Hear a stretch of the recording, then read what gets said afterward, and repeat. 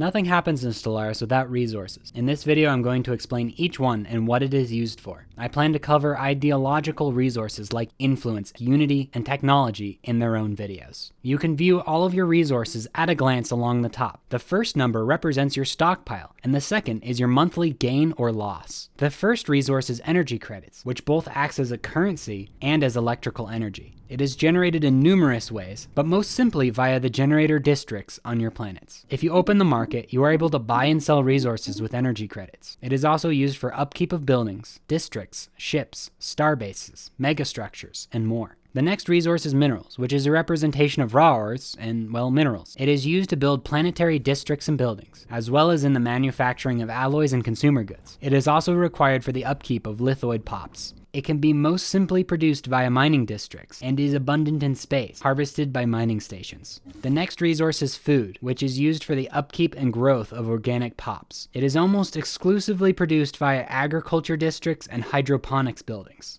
Apart from special cases like cloning vats, a plus 20 monthly surplus is fine for the majority of the game. Next is consumer goods, which is representative of things like toasters and TVs. They are used for the upkeep of free pops, with higher class citizens requiring more than lower class. How much each class requires can be configured via the Set Rights option in the Species tab. They are produced by industrial districts and the Civilian Industries building. Next is alloys. They represent space-worthy metals and parts, primarily used in the construction and upkeep of spaceships, starbases, and megastructures. The military might of an empire is dependent on alloys. They are produced by industrial districts and the Alloy Foundries building, and occasionally can be harvested with mining stations. Once your requirements of other resources are fulfilled, alloys generally should be the main focus of your empire, alongside research. Next, if you click on the Strategic Resources icon, you can see the various strategic resources, either manufactured from buildings or mined in space. Research is required before they can be obtained. Strategic resources won't appear in the market until your empire has acquired at least one unit of the resource, so you have to find them naturally before you can buy them. However, you can trade with the Mutagen Merchant Guild for them.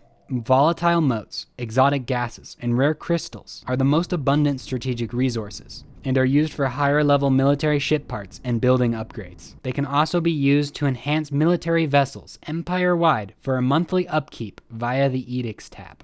Living metal is very rare and used to speed up the construction of megastructures via the Edicts panel. Zro is a special resource psionic empires can use to create and upkeep special ship parts they unlock via the Shroud. Like Zro, dark matter is also used for the creation and upkeep of special ship parts, and it is used to power the Etherophasiac engine that Become the Crisis empires can build. Nanites are used to produce volatile motes, exotic gases, and rare crystals at a fraction of the cost, but are exclusive to the L cluster. When a resource stockpile hits 0 and has a negative monthly gain, an empire-wide debuff is applied. Regardless of whether there is a deficit of just 1 or 2,000, the debuff will be the same. Often, this debuff leads to lower production of resources, which sends other resources into shortages in what is known as a death spiral. Always keep an eye on your monthly upkeep and stockpiles, and consider how your upkeep will change as you plan your constructions. If you have an abundance in one resource but a deficit in another, consider using the market to stabilize your economy. When the stockpile number is yellow, that means there is no more space to store new resources, and thus nothing will be produced until there is more space. You can increase your maximum stockpile via the resource silos building on planets and starbases, or you can sell your resources in the market.